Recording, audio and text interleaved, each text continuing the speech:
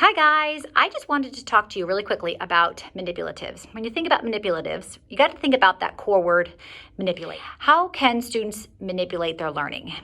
When you are manipulating something, you're making sense of it, right? You're moving it around, you're understanding it, you're conceptualizing what's happening.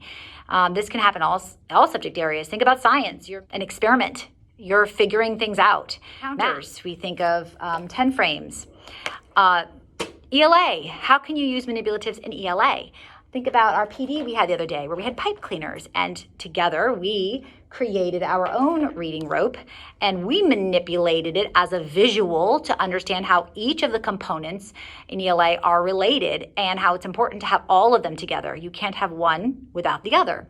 We as adults manipulated our learning at that professional development. When it comes to our teaching, whether it's whole group or small group or intervention time, we need to be thinking about how we can provide students with access to their learning through manipulatives. In math, it's super convenient because our department created a section in our curriculum app where the visuals that you would use for learning with manipulatives are right there. So when you print your chapter, the very first page at the top are the manipulatives for that chapter.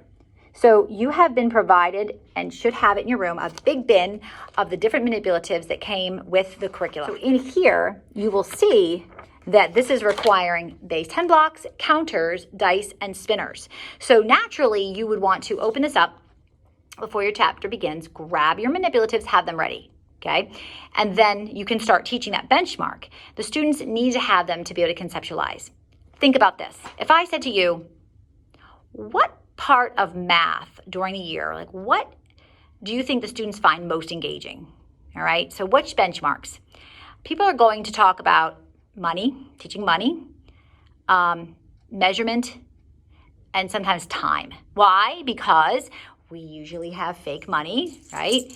We usually have rulers, and we usually have clocks, analog clocks that the students can manipulate. It keeps them engaged. So if we provide manipulatives in some form, whether it's Dixie cups for creating arrays, pom-poms for creating arrays, science, I used to use seeds for science, beans, I should say, and then I use the beans as manipulatives.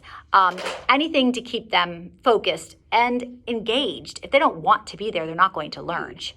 When it comes to ELA, right, a lot of times children are like, ugh, it's so boring because it's just reading. So how can we give them access to make it a little bit more engaging from, kindergarten all the way through fifth? When you're in kindergarten, what if, you're having your students work on sounds, right, or different phonics combinations, and they're wearing the letters. They have to create words together. They have to put sounds together.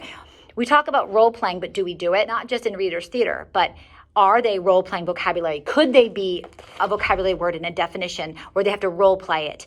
Could they be a math problem? Could you have an equation and then they have to find the solution somewhere, or the difference or the sum or the product in the room? How can you have the students be manipulatives themselves? Think about different things you can do. Talking chips, right? So the students know that they have a turn to talk. How are we engaging them so that they are using a manipulative to access their learning, to access their conversation? Remember, when students are doing the talking, often they're doing the learning, and it's also a way for you to formatively see how they understood your lesson. I've worked with on creating task cards, and where they, air 5, and they drop and they quiz.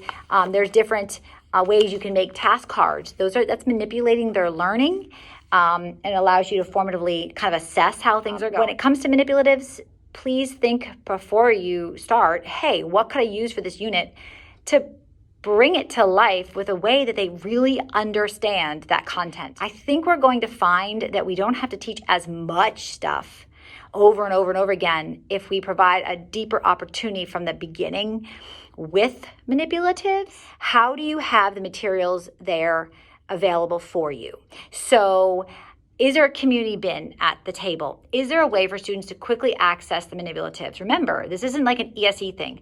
This isn't, okay, if a student needs to be pulled for intervention or for my small group, I will then use them because they struggle. No, this is a way to access Tier 1 quality instruction. We talk about whole child, we talk about auditory, we talk about visual, we talk about kinesthetic. Then we need to do it. So this is hey, everyone has access to manipulatives all the time. Eventually, when they want to start drawing it and moving on or representing it in a different way, that's great. But starting out with a chapter, with a benchmark, we need to make sure that they are having that hands-on experience manipulating.